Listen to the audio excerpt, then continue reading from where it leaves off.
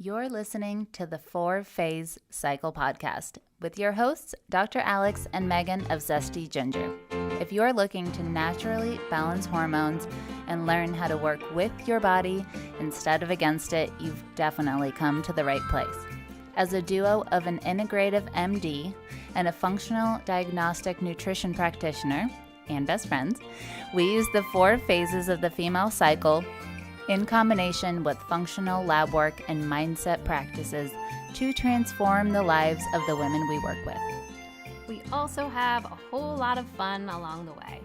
If you're new around here, it's best to start with season 1 before jumping around and plan to roll up your sleeves. Showing up for ourselves and enjoying our lives is what good health is all about. Just a quick reminder though, this information is not intended to diagnose, manage, or treat disease. Always consult with your doctor before making changes. Hi there, party people. It is Alex. I am here with you for a podcast episode talking all about controlling your thoughts and emotions and how you can't. So I hope that this is under the installment of a refreshing take on a lot of the stuff that you hear on the internet these days, because it's a really important topic, much like what we've talked about here in this season so far and of recent seasons. And we're going to keep going because this stuff is really, really important. So we'll come back to that in a second. I just want to do our little updates of what we have going on. Thank you so much. I wanted to just say again, thank you so much for helping us get to 1 million downloads on the podcast. It is so exciting. You know our goal. Our goal is to reach as many humans as possible who are dedicated to their advancement, their evolution, their transformation that's of service to the planet and to all of us. So thank you so much for doing that. We really, really, really appreciate it. Thank you for the reviews and the shares and all of that. That's amazing. Megan and I still have just a few opportunities for people to join us for our in-person training. So if you are someone that works with other humans, whether you teach in a school, you're a provider, a practitioner, a teacher, a helper of humans in any way, as in we are kicking off our own practitioner trainings. So we're doing certifications.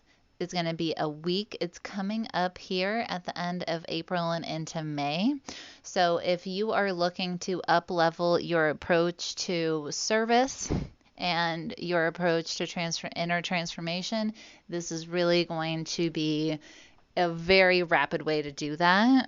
And it's basically just going to kickstart a lot of things for you and give you a lot more tools. So reach out to us if that's something that you're interested in.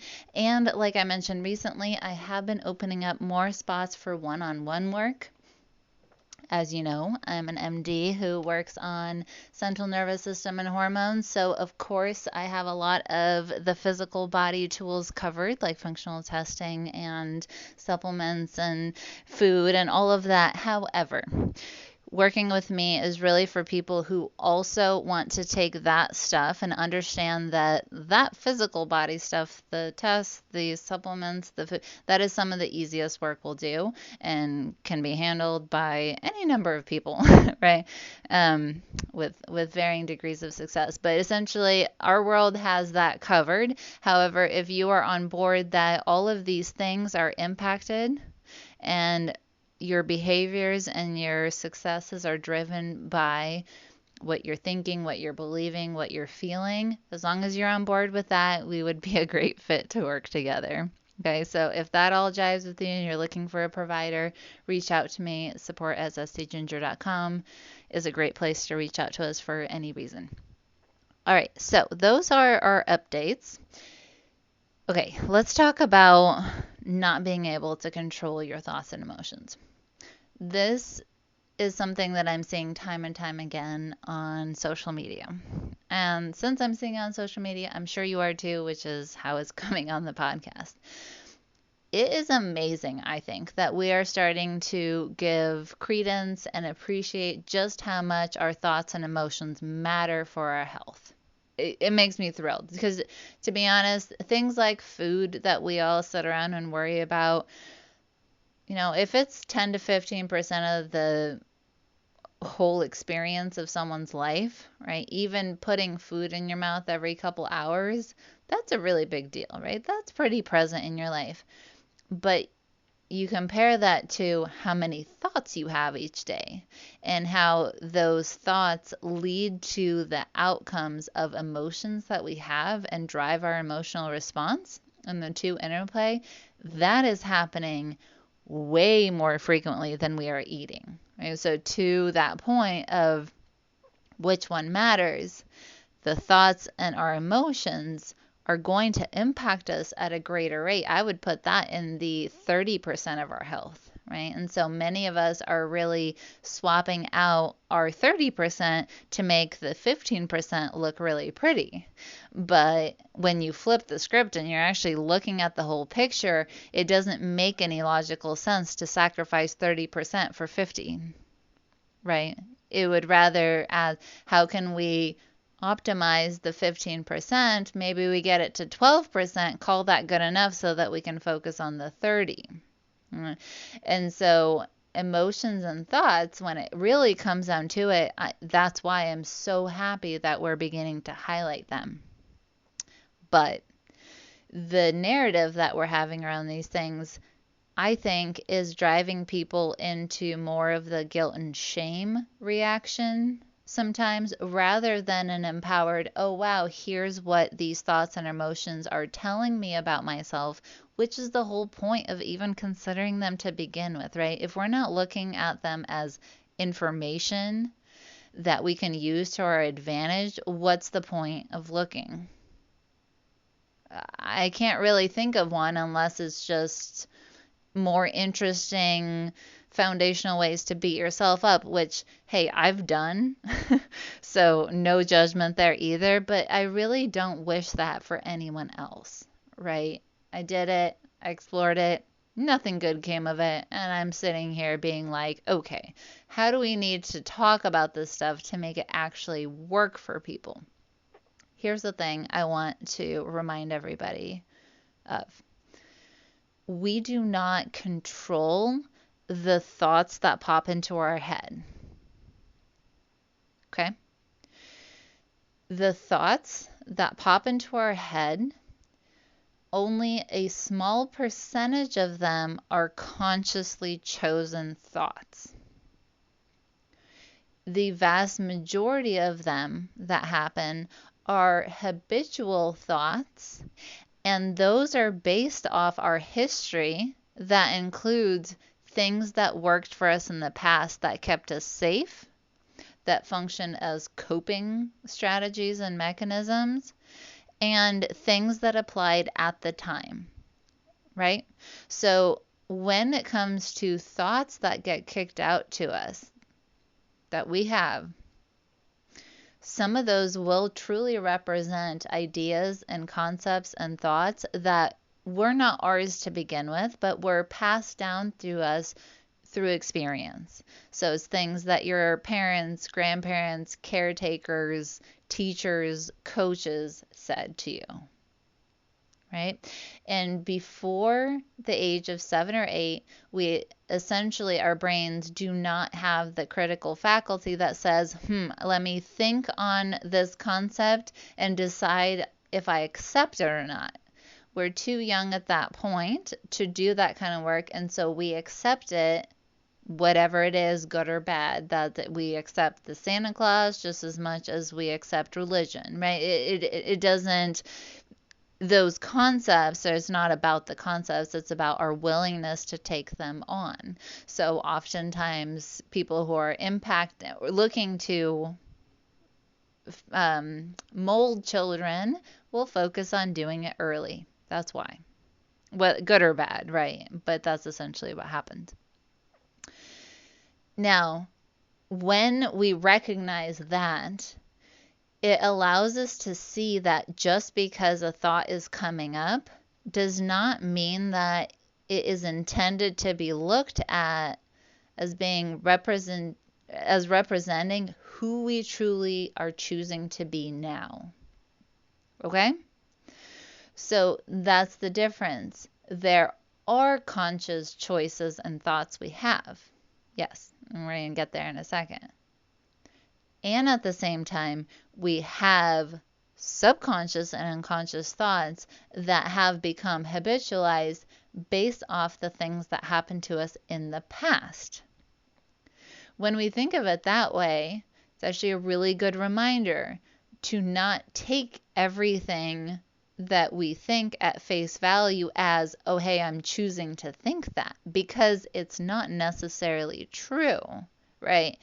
We don't control the efficiency of what was set up at a time when we couldn't even make the choice, right? You cannot put the responsibility on a kid, right? Even if that kid is you from the past, their brains did not have the critical faculty to make that decision. So beating yourself up for thinking that about yourself is kind of pointless, right? It's like asking your 3-year-old to tell you about philosophy. They can't do it, and we don't expect them to. So let's get it right. What do we have responsibility for? Because we do have responsibility. That's the thing. None of this gets us off the hook for where we're going, but it sure as heck lets us off the hook on where we are now, understanding that some of it, yes, we chose, and some of it we didn't. Okay? So that means that the things that we think will pop into our head, and the way that thoughts and emotions are linked is that it's often the mental narrative that picks up the steam for the emotion, right? Have you ever been you woke up in a good mood, but then something happens, and the more you think about it and the more that you kind of look for things on that subject, the more pissed you get, and all of a sudden you're not in a good mood, right? The thoughts feed the flow of the emotions as well, because they're not in a vacuum. Now, it works the other way too. We can have emotions. Anyone who's ever woken up really upset and then thought of a narrative like, my partner pissed me off last night, therefore let me be pissed at my partner, right? Understands that it goes both ways. But either way, you're essentially saying those two things are linked, and often, if we're talking about the majority of times, that's not to say it never happens, but the majority of the time, it's the thinking that kicks off the emotions. And really, then it becomes a loop. Then the emotions feed the thoughts, and the thoughts feed the emotions, and round you go. So when it comes to controlling thoughts and emotions, that is not always guaranteed that you're going to be able to control them, as in get rid of them or keep them from happening or never happen again or whatever, fill in the blank for that. What we can do, though, is begin to choose which thought and emotion we are landing on and reinforcing. That is a very different thing. It's one thing to walk past a mirror and be reminded of the habitual thought that says you're fat and ugly. It's another thing to hear that thought, say, oh yeah, that is true. Look at your clothes, critique yourself, think about the food that you ate as, oh, you didn't do it perfectly enough, that's why you're like this. Feel the guilt and shame, the tightness in your chest that says, see, I feel bad. It must be the food, and that there you go around I shouldn't have eaten that. That's why I look like this. That's why I feel this way. And round you go. There's that experience.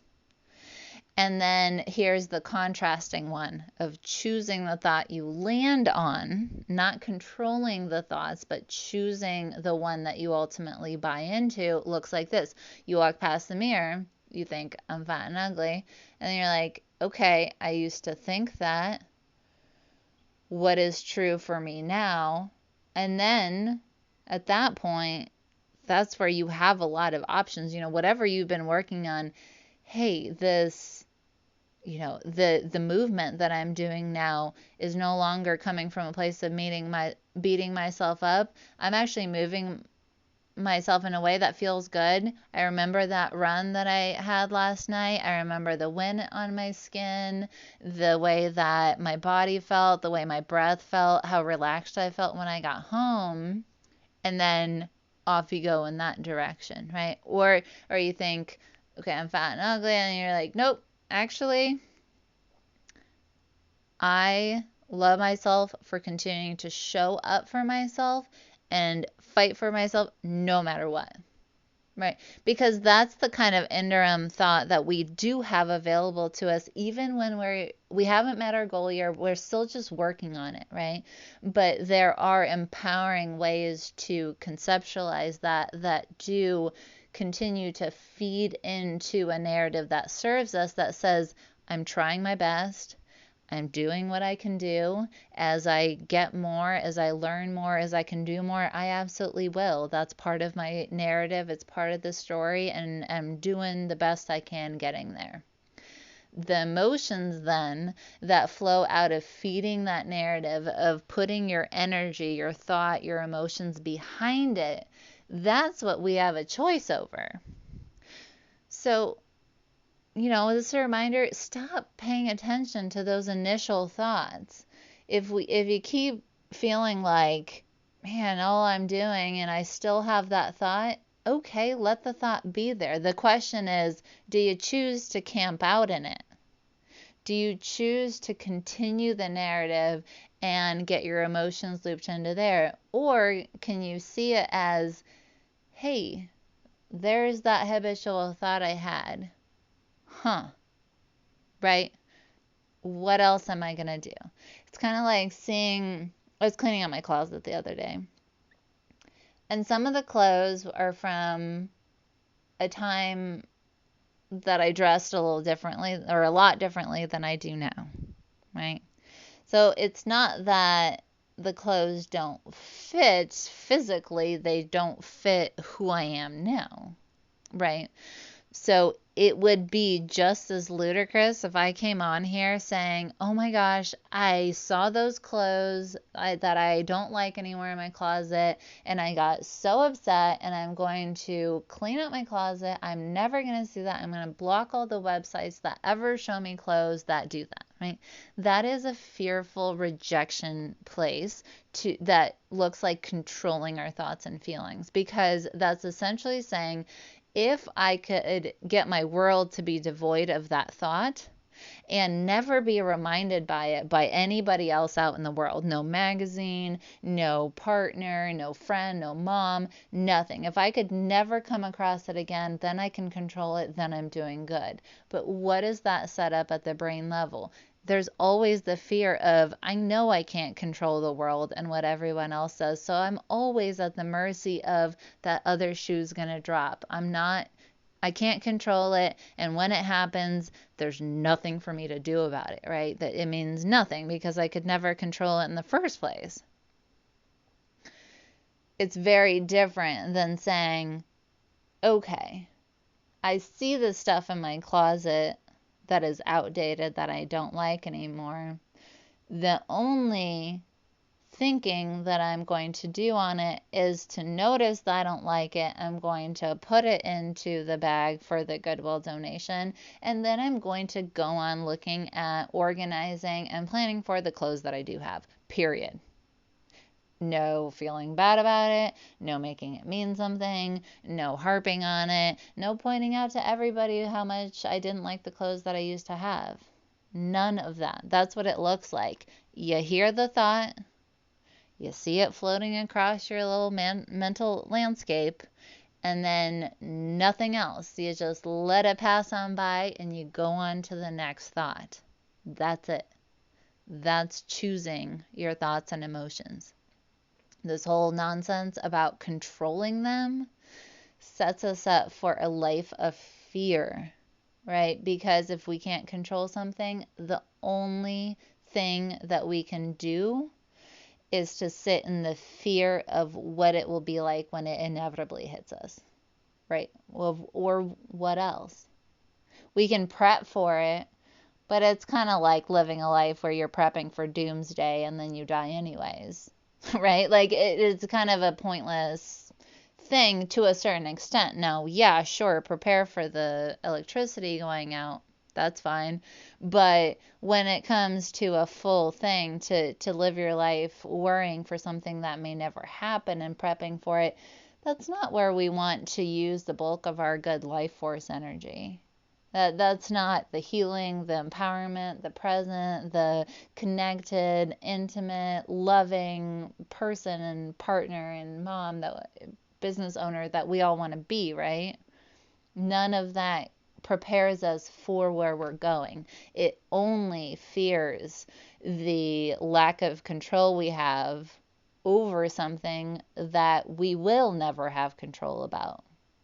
So anytime you see this narrative, controlling the emotions, controlling the thoughts, making sure you're not thinking of anything that could be bothersome, that's not how the brain works, okay? So let yourself off the hook. The only thing you have to actually figure out is what thoughts and emotions you're going to land on and feed with your energy, your time, your effort, and your action. If it's not falling into one of those, it's kind of like a cloud passing along in the sky. You see it, you can make some shapes out of it, you wave it at it, and you let it go by, right? That's all that we're going to do with clouds. Unless you're going to be a storm chaser, and I don't even recommend it. So, I hope that resonated. I hope that helps you understand why these thoughts that pop in first, they're not something to fear. They're not something to reject. They're not something that means that is who you are. It does tell you about what happened to you and who you were. And honestly, when we can see those things as just that, not only are they not threatening to us, but it's kind of like the clothes. We're like, that was cool like 20 years ago. And we can get a big kick out of it. And we can reminisce about the time that was. And we never have to wear it again. So play with it. Let yourself off the hook a little bit more. And just let yourself be the navigator of your thoughts. Allow you to decide which thoughts you're going to land on. And everything else, you're just going to go ahead and allow it to pass. And it will, because it always will. Alrighty, that's it for today. I hope that you have a wonderful, wonderful day, and I'll catch you next time. Thanks for coming out to hang with us on the podcast. It is our goal to transform the way women are treated in healthcare. And we need your help. We need your help to get the word out. We have a lofty goal of 1 million downloads. And we know that as this podcast grows, we're going to be able to reach more women, get more amazing speakers for you, and bring the most cutting-edge information. If you found these podclasses helpful, please take a moment to text 5 women you know the link to the series. We appreciate your help so much. Can't wait to see you next time.